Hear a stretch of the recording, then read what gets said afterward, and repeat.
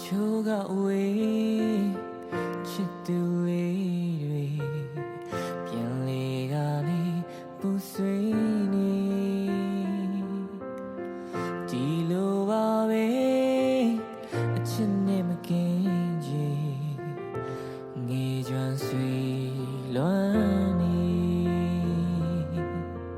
ဒါပေမဲ့သားတယောက်မှအမေတခုသားတခုမို့ပါပဲလေမန်းစားလို့တန်ကြကလွမ်းရတဲ့ဖြစ်ကလေးတွေမိမိရင်မငိုနဲ့နော်လေးရှိခိုးချကြတော့နေပါအမေ